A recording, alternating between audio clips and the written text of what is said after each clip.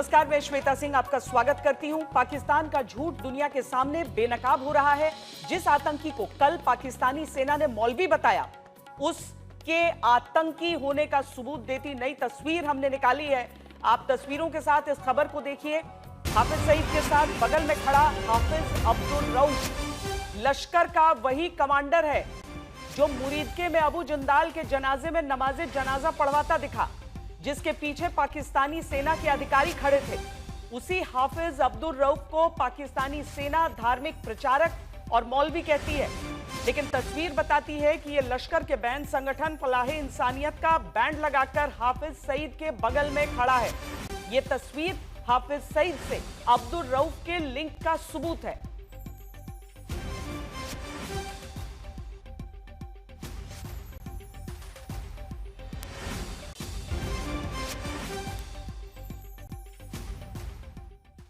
तो पाकिस्तान की डीजीआईएसपीआर ने अपनी प्रेस कॉन्फ्रेंस में उस मौलाना का बयान चलाकर दुनिया को बता दिया है कि अब्दुल रऊफ पाकिस्तान में है। दूसरी बात, पाकिस्तान जिसे एक मौलवी बता रहा है उसकी हकीकत क्या है वो हम आपको दिखाते हैं, क्योंकि हाफिज अब्दुल रऊफ सिर्फ मौलवी नहीं है, अमेरिका की सूची में एक घोषित आतंकवादी है। पाकिस्तानी फौज ने अपनी प्रेस ब्रीफिंग में इस आतंकवादी को एक नेता करार दिया, बताया है कि उसने नेशनल असेंबली का चुनाव भी लड़ा है, लेकिन इसकी जो पार्टी है पाकिस्तान मरकजी मुस्लिम लीग यानी PMNL, दरअसल लश्कर तैयबा समर्थित एक राजनीतिक शाखा है।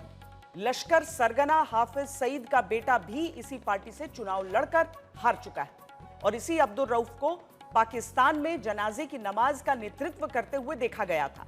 यह हाफिज अब्दुल रऊफ पहले लश्कर के चैरिटी फ्रंट फलाहे इंसानियत फाउंडेशन का नेतृत्व करता था, जिसे अमेरिका के NGO helping hand for relief and development USAID से पैसे मिला करते थे।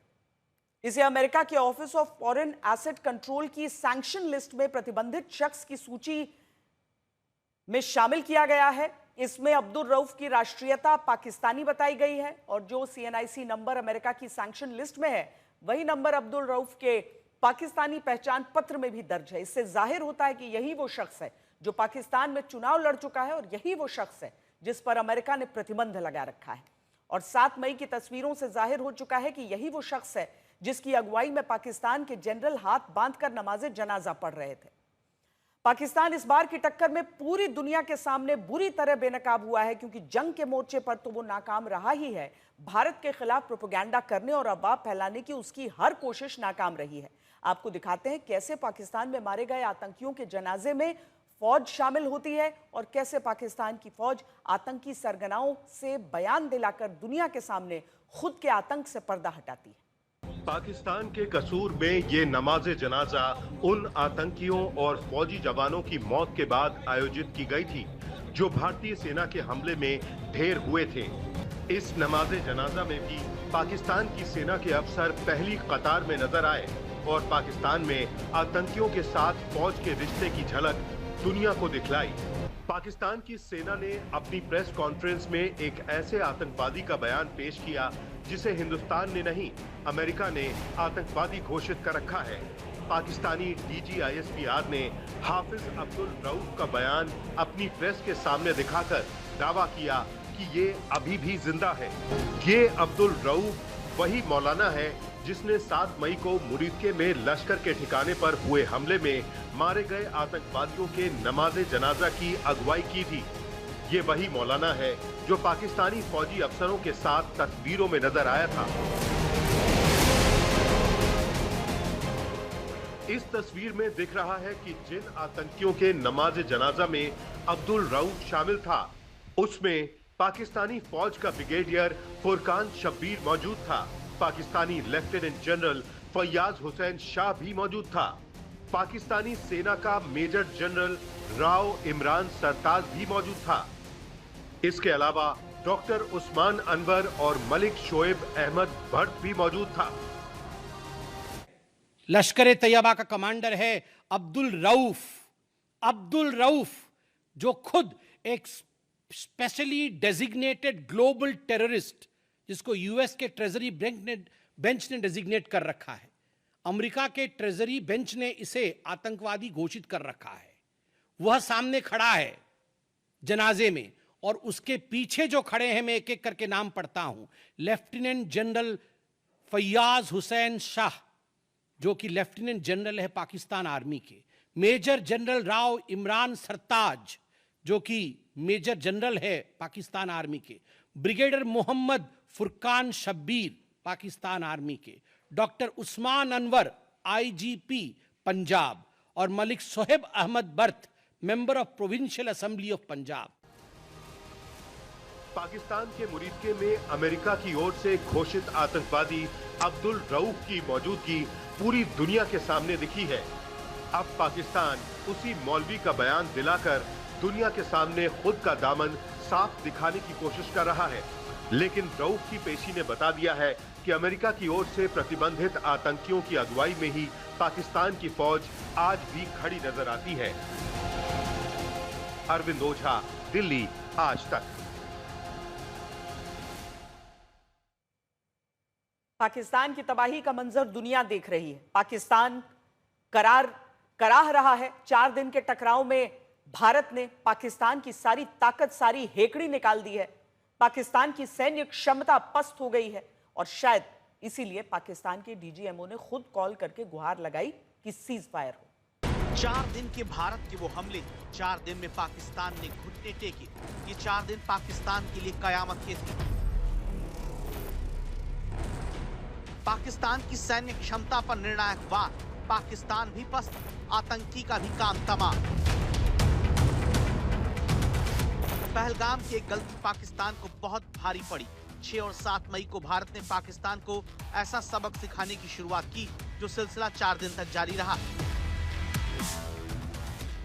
कुल वक्त रहा करीब 86 या 87 घंटे, लेकिन ये वक्त पाकिस्तान के इतिहास का काला अध्याय बन गया। भारत ने जल, थल और नभ से एक साथ वार किया। पहले बारी सिर्फ टेरर कैंप की थी। भारत का निशाना सैन्य कैंप नहीं थे, लेकिन जब पाकिस्तान ने भारत के सैन्य ठिकानों को निशाना बनाया तो इसके बाद भारत ने ऐसा विध्वंसक वार किया जो पाकिस्तान सदियों तक याद रखेगा। पाकिस्तान का नुकसान एक नजर में देखिए। 40 जवान ढेर हुए, 9 आतंकी कैंप जमींदोज हुए, पाकिस्तान के कई लड़ाकू विमान नष्ट कर दिए गए, कुल 11 एयरबेस मिट्टी में मिला दिए गए। जब पाकिस्तान ने सैन्य ठिकानों पर ड्रोन और मिसाइल अटैक किया तो भारत ने कोई कसर नहीं छोड़ी।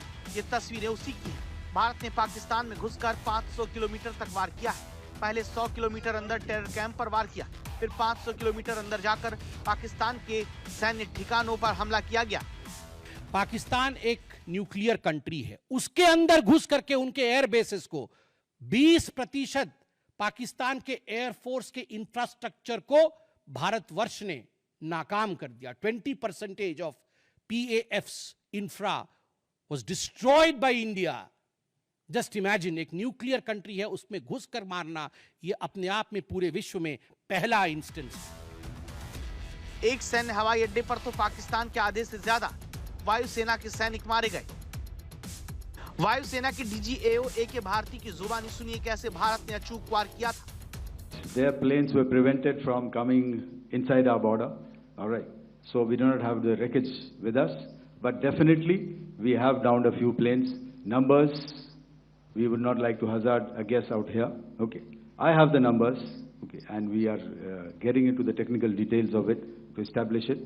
So I would not like to put a figure at this time, but definitely there are losses from their side which we have inflicted. Our air defense preparedness ensured that there was no damage on the ground, either to the military installations or to the civilians. Bharat ने पाकिस्तान का कोई इलाका नहीं बख्शा। एक airbase नूर खान तो पाकिस्तान के army के रावलपिंडी हेडक्वार्टर के पास था। यहाँ भी भारत ने निर्णायक वार किया और ये उसी की तस्वीरें हैं। हमारे रक्षा मंत्री ने भी कहा कि हमारी सेना की धमक रावलपिंडी तक सुनी गई। भारतीय सेना ने शौर्य और पराक्रम के साथ साथ संयम का भी परिचय देते हुए पाकिस्तान के अन्य ठिकानों पर भी प्रहार करके करारा जवाब दिया है। हमने केवल सीमा से सटे सैन्य ठिकानों पर ही नहीं कार्रवाई की, बल्कि भारत की सेनाओं की धमक उस रावलपिंडी तक सुनी गई, जहां पाकिस्तानी फौज का हेडक्वार्टर मौजूद। पाकिस्तान को ऐसी मार पड़ी है कि वो अब कभी भूल नहीं पाएगा। ब्यूरो रिपोर्ट, आज तक। तीनों सेनाओं के डायरेक्टर जनरल ऑपरेशंस आज फिर थोड़ी देर में मीडिया से रूबरू होंगे। ऑपरेशन सिंदूर के बारे में तीनों सेनाओं के शीर्ष अधिकारी नए खुलासे कर सकते हैं। कल भी डीजीएमओ प्रेस कॉन्फ्रेंस में ये अब से कुछ देर पहले ये ब्रीफिंग हुई है और आज की ये जो जानकारियां, नई जानकारियां यहां पर साझा की गई हैं, हम उनका भी जिक्र यहां पर करते हैं। हमारी लड़ाई आतंकवाद और आतंकवादियों के खिलाफ थी, इसलिए 7 मई को हमने केवल आतंकवादी ठिकानों पर ही हमला किया था। पर अफसोस इस बात का है कि पाकिस्तानी सेना ने आतंकवादियों का साथ देना उचित समझा और इस लड़ाई को अपनी लड़ाई बना ली। इस परिस्थिति में हमारी जवाबी कार्यवाही अत्यंत आवश्यक थी और इसमें उनका जो भी नुकसान हुआ वे खुद इसके लिए जिम्मेदार हैं। हमारी तरफ से हमारी एयर डिफेंस सिस्टम्स देश के लिए दीवार की तरह खड़ी थी और इसको भेदना दुश्मन के लिए नामुमकिन था। हमें एयर डिफेंस ऑपरेशन सिंदूर के एयर डिफेंस की कार्रवाई को एक कॉन्टेक्स्ट में समझने की आवश्यकता है। मैंने आपको कल बताया था कि पिछले कुछ सालों में आतंक की गतिविधियों का कैरेक्टर जो है उसमें कुछ बदलाव आ रहा था। अब हमारी मिलिट्री के साथ साथ मासूम सिविलियंस जो कि अपना बचाव करने में विफल थे, उन पर भी हमले हो रहे थे। 2024 में जम्मू सेक्टर में शिवखोरी मंदिर को जाते हुए यात्री और इस साल अप्रैल में पहलगाम में मासूम पर्यटक इस खतरनाक ट्रेंड के विशेष उदाहरण हैं।